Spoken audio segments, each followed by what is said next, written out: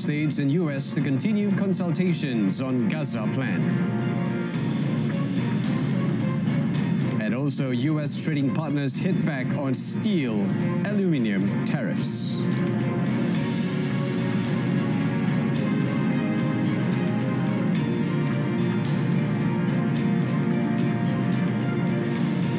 Good afternoon and Salam Malaysia Madani. I'm Brendan Lepal. Arab foreign ministers met in Qatar with US West Asia envoy Steve Witkoff to discuss reconstruction for Gaza devastated by war with Israel. Qatar's foreign ministry said the Arab foreign ministers discussed the Gaza reconstruction plan, which was approved during the Arab League summit held in Cairo on 4th March. Foreign ministers from Qatar, Jordan, Egypt, Saudi Arabia, the United Arab Emirates, and the Secretary General of the Palestine Liberation Organization were present at the meeting. The ministry said the ministers agreed with the US envoy to continue consultations and coordination on the plan as a foundation for the reconstruction efforts.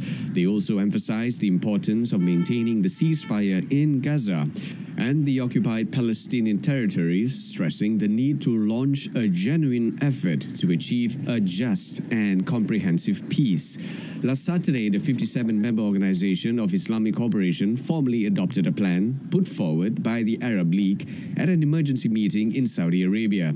The Egyptian spearheaded plan emerged as a proposal to rebuild the Gaza Strip under the future administration of the Palestinian Authority in response to a proposal by US President Donald Trump to take over Gaza and displace its residents. The International Court of Justice, ICJ, will hold hearings next month on Israel's humanitarian obligations towards Palestinians after the Israeli regime blocked aid access to Gaza earlier this month. The United Nations General Assembly approved a resolution in December requesting that the world body's top court give an advisory opinion on the matter. The hearings will open on 28 April at the court's seat in The Hague. The resolution, submitted by Norway in October, was adopted by a large majority. It calls on the ICJ to clarify what Israel is required to do to ensure and facilitate the unhindered provision of urgently needed supplies essential to the survival of the Palestinian civilian population. Although the ICJ's decisions are legally binding, the court has no concrete means to enforce them. However, they increase the diplomatic pressure on Israel. Last July, the ICJ issued an advisory opinion stating that Israel's occupation of Palestinian territory is illegal and must end as soon as possible. Israel halted aid deliveries to war-torn Gaza on 2nd March after a deadlock over a fragile ceasefire, which since 19 January has reduced hostilities following 15 months of relentless fighting.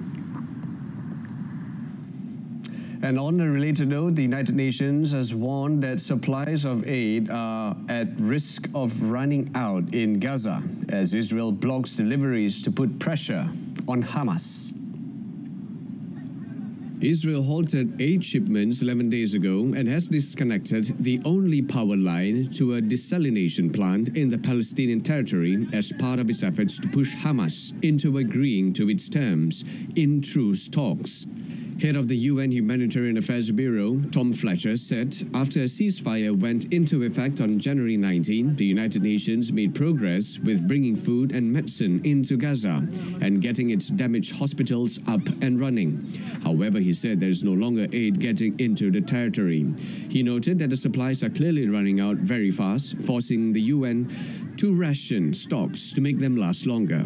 Fletcher further said the fact that fuel is not getting in means that incubators are being switched off, adding that Gaza will quickly become a humanitarian crisis again.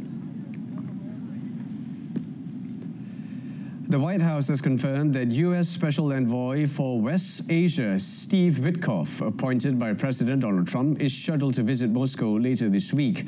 The purpose of the trip is to engage in discussions with Russian officials regarding a ceasefire proposal aimed at suspending hostilities in Ukraine for a duration of 30 days.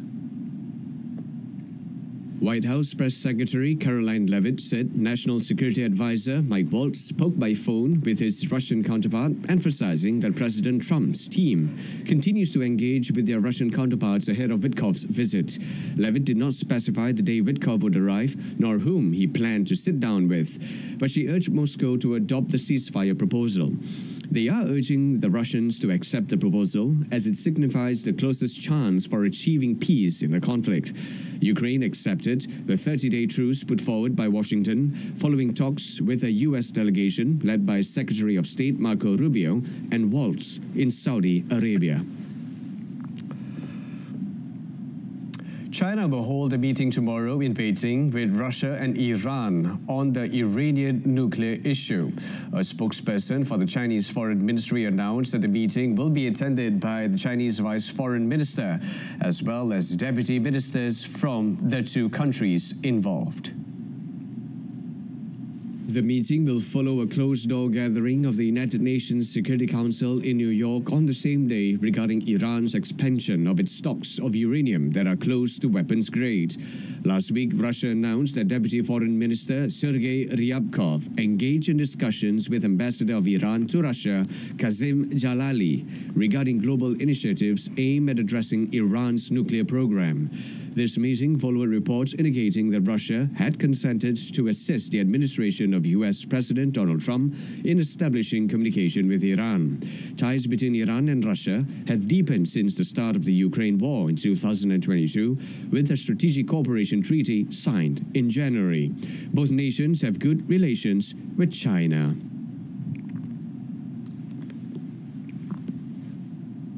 Over in Thailand, its authorities are actively seeking 17 individuals believed to be connected to a bombing and shooting incident that occurred at the Sungai Golok district office last Saturday.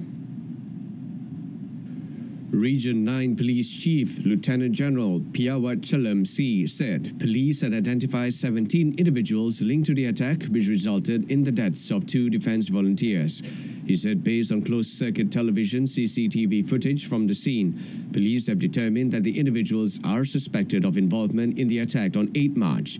Police have also discovered 3 vehicles, including a 4-wheel drive used in the attack. A thorough investigation is underway to identify the owners of the vehicles. Piawat added that all the suspects had prior criminal records and were wanted by the police under active arrest warrants. He stated that police are intensifying efforts to track down all of them while also strengthening security measures to reassure both local residents and tourists. Last Saturday, a series of bomb explosions and shootings in Narathiwat and Patani provinces claimed 5 lives and injured 13 others. In Pakistan, more than 340 train passengers taken hostage by an armed group were freed by security forces after a 30-hour siege. An army official confirmed that 27 off-duty soldiers were shot by the attackers. Pakistan security forces launched a rescue mission after a separatist group bombed a railway track in mountainous southwest Balochistan and stormed a train with around 450 passengers on board. An army official said 346 hostages were freed and over 30 attackers were killed during the operation. The 27 slain soldiers had been traveling on the train as passengers, while one on-duty soldier was killed in the clearance operation. The official did not give a civilian death toll, but earlier a railway official and paramedic said the train driver and a police officer had been killed. The assault was immediately claimed by the Balok Liberation Army, which released a video of an explosion on the track, followed by dozens of its fighters emerging from hiding places in the mountains. Attacks by separatist groups who accuse outsiders of plundering natural resources in Balochistan have soared in the past few years, mostly targeting security forces and ethnic groups from outside the province.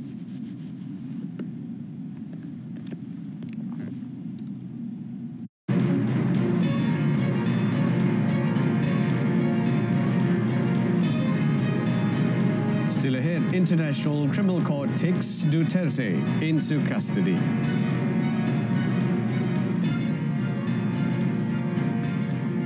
But But first, major U.S. trading partners have announced countermeasures after President Donald Trump's blanket tariffs on steel and aluminium imports took effect, prompting the president to vow a further response. The steep 25% levies contain no exemptions despite countries' efforts to avert them, marking an expansion from Trump's recent duties on Canada, Mexico and China since returning to the White House. The European Union swiftly unveiled counter tariffs hitting some $28 billion of U.S. goods in stages from April, while Canada announced additional levies on $20.7 billion of American products from today. China also vowed all necessary measures in response as Washington edged towards an all-out trade war with allies and competitors alike. Trump told reporters that Washington would, of course, respond to the countermeasures. He claimed his country would win the financial battle with the EU. According to experts, Trump's steel and aluminium tariffs will likely balloon costs of producing goods, from home appliances to automobiles and cans used for drinks, threatening to raise consumer prices down the road. On the other hand, Brazil, the second biggest suppliers of steel to the United States, is not planning to retaliate against the tariffs imposed by President Donald Trump on its steel exports. Finance Minister Fernando Haddad said President Luiz Inácio Lula da Silva has decided that Brazil will not proceed in that manner, adding that Lula had called for much calm in the face of the 25% tariffs on steel and aluminium. Brazil's show of restraint, which mirrors that of fellow Latin American heavyweight Mexico, marks a change in stance from Lula's threat last month to respond with reciprocity to the steel tariffs. Haddad argued that the United States only stands to lose from the increased levies, arguing that the trade between Washington and Latin America's biggest economy is very balanced. In a joint statement, the Foreign and Industry Ministries said they would study all the possibilities for action in the field of external trade in order to counteract the harmful effects of the U.S. tariffs, including measures together with the World Trade Organization. The two ministries added that further talks with Washington on the issue would be held in the coming weeks after a first round of negotiations last week. Meanwhile, President Trump has criticized Ireland for luring away U.S. companies with its low tax rates, but pledged to work with Irish Prime Minister Micheál Martin to address what he called massive deficits in trade between the two allies. Trump met with Martin in the Oval Office, where the talks skirted differences over trade, though both leaders said they would work to expand cooperation between the two countries. The bond between our nations is the old America itself, and it is as old as our country. So many Irish volunteers risked their lives in the American Revolution, and George Washington described Ireland as, quote, the friend of my country in my country's most friendless day, meaning Ireland stuck with us when we were not doing so well, when it was looking pretty bad. Trump said Ireland had led away U.S. pharmaceutical companies and others with low tax rates, telling Martin that while he respected that decision, he felt U.S. leaders should have acted to prevent the offshoring moves. He said the massive imbalance in trade needed to be addressed. Martin, meanwhile, lauded Trump's own investment in Ireland, a golf course in Doonbeg, and said he was the only president to have invested in the island country, and hailed the two countries' commitment to trade and innovation. And in other news, former Philippines President Rodrigo Duterte said he was responsible as the International Criminal Court, ICC, took him into custody to face charges of crimes against humanity over his war on drugs. A spokesman confirmed Duterte was in court custody after he arrived in Rotterdam by private jet. Duterte will be held in the ICC detention center until an initial court appearance, likely in the coming days. The ICC, based in The Hague, believes there are reasonable grounds to charge Duterte with murders as a crime against humanity, as an indirect co-perpetrator during the anti-drug campaign that rights groups estimate killed tens of thousands. Duterte said, as the person who led the law enforcement and military, he will be responsible for the matter. He is the first Asian former head of state to face charges at the ICC. The ICC said in its arrest warrant, there were reasonable grounds to believe at least 19 people had been murdered in the southern city of Davao by members of the Davao Death Squad, headed by Duterte. Judges believe that additionally, at least 24 people were killed by Philippines police in various locations. The court rules on the world's worst crimes, including war crimes, crimes against humanity, and genocide. One of Guatemala's most wanted drug traffickers has been captured in Mexico and returned to Guatemala to await extradition to the United States. Guatemala Interior Minister Francisco Jimenez said the capture of Ale Baldomero Samayoa was carried out in cooperation with Mexico and the United States. Samayoa is accused of leading a group called Los Huistas, which allegedly trafficked U.S.-bound cocaine from South America to Mexican cartels. His arrest comes as Mexico and its neighbors come under mounting pressure from U.S. President Donald Trump's administration to curb illegal drug flows. Samayoa is currently being held in a Guatemala city jail pending extradition proceedings. The 58-year-old has pleaded guilty and is willing to expedite the trial process. The U.S. Embassy in Guatemala welcomed Samayoa's arrest as a great advance in the fight against drug trafficking and said procedures were underway to ensure his swift extradition to the United States. Long queues of vehicles have been forming at gas stations across Bolivia this week as citizens struggle to secure fuel amid a severe shortage. Vehicles and trucks lined up for blocks in Santa Cruz, eastern Bolivia's economic hub, on Tuesday and Wednesday. The residents reported waiting of several hours for gasoline. Bolivia's Energy Ministry announced on Tuesday a package of incentives designed to boost gasoline and diesel imports. The measures aim to revitalize the country's private energy market and overcome the extended fuel shortage that has paralyzed parts of the economy. According to a ministry statement, the incentives include expediting import permit approvals and reducing taxes on imported fuel supplies. Bolivia has relied on subsidized hydrocarbons since the 1990s, a policy that experts say has drained the country's international currency reserves and created market distortions.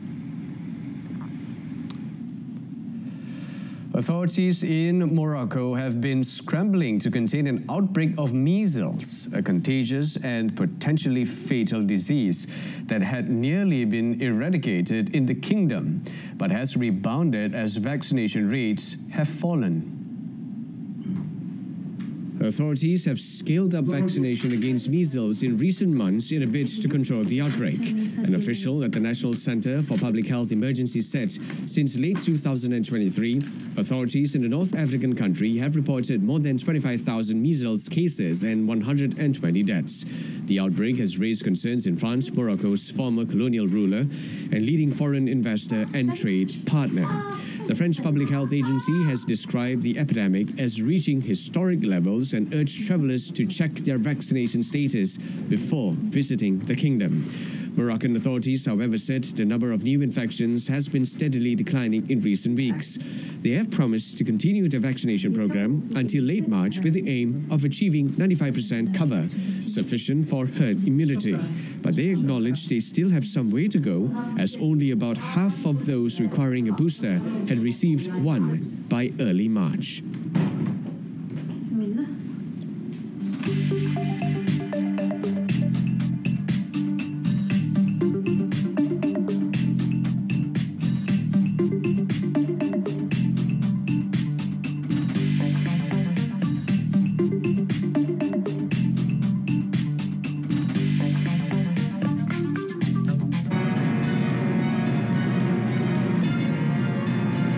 In sports, Tina survived early scare to advance at All England. Stay tuned.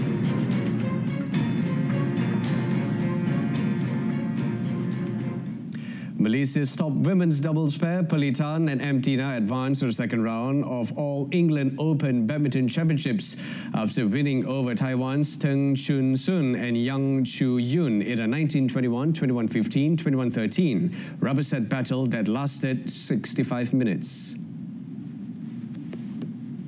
The fifth-seeded duo gave both the coaching staff and fans a scare when they lost the first game to the Taiwanese pair. They bounced back in the second game after receiving guidance from coach Rosman Razak and coaching director Rexy Manaki, forcing a decided rubber game before sealing the victory. Perli and Tina will now face Indonesians Apriani Rahayu and Siti Fadia Ramadanti in the second round later today. They hold a slight edge over Apriani City, leading their head-to-head record 4-3. Their most recent meeting was in the group stage of the Paris Olympics, where the Malaysians won.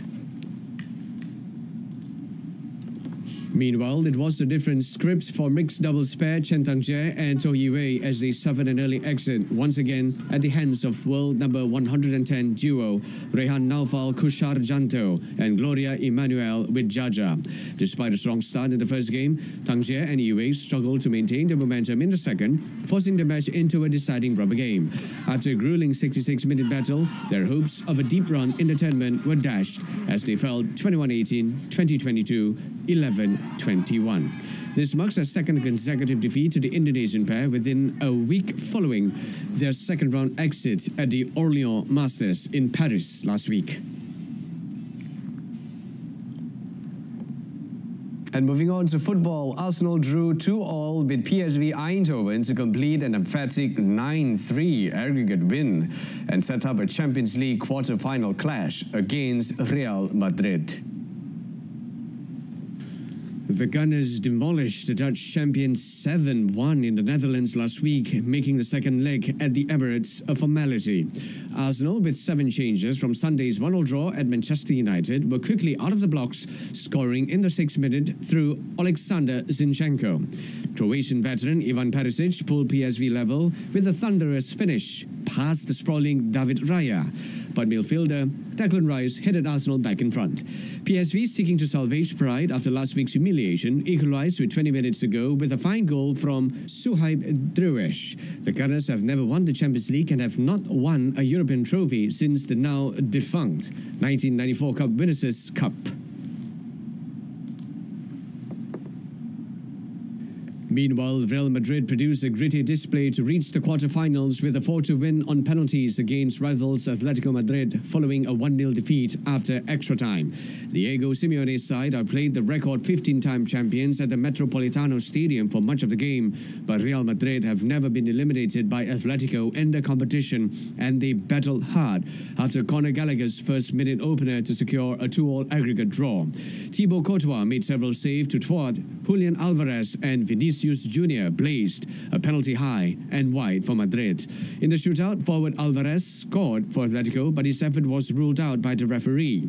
He slipped and his left foot slightly touched the ball before he kicked it with his right foot, making it 2 touches and invalidating a strike that would have leveled the shootout at 2-2. Atletico goalkeeper Jan Oblak saves a spot kick by Lucas Vazquez, but Marcos Llorente struck his effort in off the post, leaving it for Antonio Rudiger to seal victory for defending champions Real Madrid, who are bidding for a record-extending 16th European Cup win. In another match, Borussia Dortmund fought back to reach the quarterfinals for the second year in a row as second-half goal by Emre Can and Maximilian Bayer gave them a deserved 2-1 win at Lille. Lille got off to a perfect start with Jonathan David sliding the ball home from Ismaili's cutback in the 5th minute. Lille keeper Luca Chevalier made tremendous back-to-back saves in a packed goalmouth to preserve the home side's advantage, but Dortmund were largely dominant. The visitors went up a notch after the break and levelled in the 54th minute when Can converted a penalty after Thomas Meunier had fouled Serhou Guirassy. The visitors had further chances through Karim Adeyemi and Bayer, who found the back of the net in the 65th minute with an effort into the top corner after a clever turn. Niko Kovac's side then defended well and were never Bruja in any real danger before wrapping up a 3-2 aggregate victory. They will face Barcelona for a place in the semi-finals. It was a cruel end for Lille, whose hopes of reaching the competition's quarters for the first time were dashed after a promising campaign in which they had qualified directly for the last 16 from the league phase with notable victories over Real Madrid and Atletico Madrid. Elsewhere, Aston Villa marched into the Champions League quarter-finals with an easy 3-0 win over 10-man club Brugge in their last 16 second leg, giving them a 6-1 aggregate victory and setting up a far tougher task next against Paris Saint-Germain. Trailing 3-1 from the home leg, Brugge actually began the tie better and gave Villa some early scares, including a glancing header from Hans van Aken. But they faced an impossible challenge after Kyriani Sabah was sent off for pulling down Marcus Rashford while through on goal in the 16th minute. Unai Emery's team took full advantage in the second half, Marco Asensio swiveling and scoring from close range in the 50th minute after a pass from fellow substitute Leon Bailey. Ian Madson's side-footed Villa's second goal with the help of a deflection 7 minutes later, before Asensio swept home in the 61st minute from a cutback by the marauding Rashford, to the joy of a packed and bouncing Villa Park. Back in Europe's elite competition for the first time in more than 4 decades, Villa will have to be at their absolute best to beat French champions PSG, who knocked out high-flying Liverpool on penalties at Anfield. In the Asian Champions League Elite, Kawasaki Frontale overturned a 1-0 first leg loss to down Shanghai Shenhua at Todoroki Stadium to progress to the last 8 of the tournament. Shigetoshi Hasebe's side handed the Chinese Super League team a 4-0 defeat to seal the 4-1 aggregate victory. Kawasaki claimed a deserved opener in the 24th minute when Asahi Sasaki smashed an unstoppable shot beyond Bao Yaxiong, beating the goalkeeper at his near post from 18 yards. The home side pulled clear with dominant second-half performance, Edison claiming the second in the 64th minute with a first-time finish from Sasaki's ball over the top of the defence. Tatsuya Ito threaded a finish between Bao and the defence 4 minutes later to score the third, and Massinio completed the route from close range in the first minute of added time. Kawasaki joined South Korean debutants Gwangju, J-League side Yokohama F. Marinos, and Saudi Pro League trio Al Hilal, Al Ahly and Al Nasser in the quarterfinals, along with Qatar's Al Sadd and Buriram United from Thailand. The draw will be made on Monday in Kuala Lumpur, with the remaining phases of the competition played in a centralised venue in Jeddah.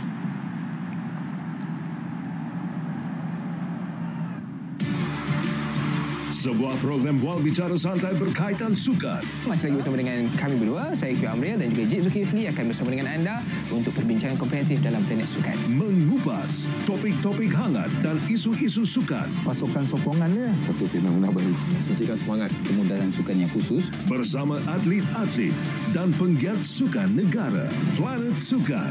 Setiap Jumaat 10.30 malam di TV1 dan saluran sukan RTM. Juga penceriaman langsung di RTM Click. And that's it from us in our top story. Arab states and US to continue consultations on Gaza plan. Tune in to Malaysia Tonight coming up 8:30 p.m. on TV1 and saluran Berita RTM. Till then, I'm Brendan Lepal from the river to the sea. Palestine will be free. Thank you for watching. Take care.